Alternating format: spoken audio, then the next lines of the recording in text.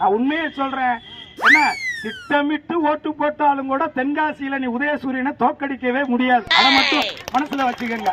என் மக்களே, என்ன மட்டும் ஓட்டு போட்டு ஜெயிக்க வச்சீங்கன்னா ஊர்ல இருக்கிற என்னுடைய எல்லா தோட்டத்திலயும் சாராயத்தை வர வைப்பேன். நல்லா யோசிச்சு முடிவெடுங்க. அதனால வெட்டைலைக்கு யாராவது போடலான்னு எங்க அப்பா போட்டாரு, எங்க அப்பத்தா போட்டாருன்னு நினைச்சேன்னா உங்க அப்பாவும் உங்க அப்பத்தாவும் போட்டதுக்கு காரணம் இருந்துச்சு.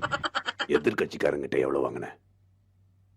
நீங்க எதிர்கட்சியா இருந்தப்போ எவ்வளவு கொடுத்திருப்பீங்க? ஏன்னா அன்னைக்கு எல்லா தரப்பட்ட மக்களுக்குமான ஒடுக்கப்பட்ட விளிம்பு நிலை மக்களுக்கான ஒரு கட்சியாக அந்த கட்சி இருந்துச்சு.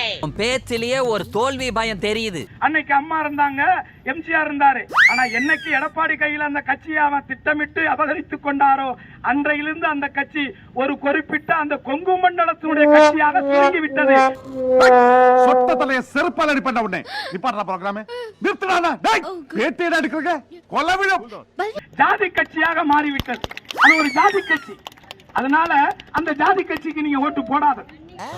இந்த வித்தியை எங்க பாக்கத்துக்கிட்ட?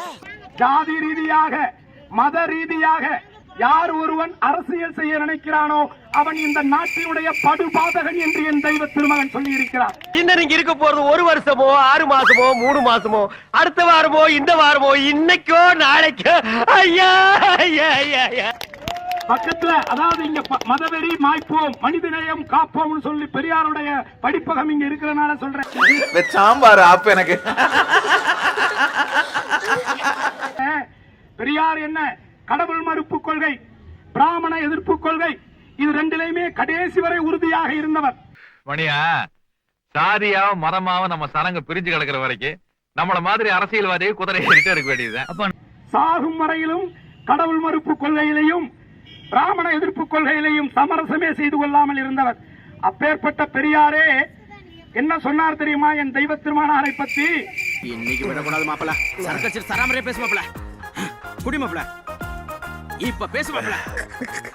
இந்த உலகத்துல நான் பார்த்ததுல சுத்த பிரம்மச்சாரியத்தை சரியாக ஒழுக்கமாக கடைபிடித்த ஒருவன் இருக்கிறான் என்று சொன்னால் அது பசுமன் முத்துராமலிங்க தேவர் மட்டும்தான் என்று சொன்னார். கடவுள் நம்பிக்கை இல்லாத கடவுள் மறுப்பு கொள்கை உடைய பெரியார் அவர்கள் வாயிலிருந்து வந்த வார்த்தை இது சாதாரணமாக எடுத்துக் கொள்ளக்கூடாது.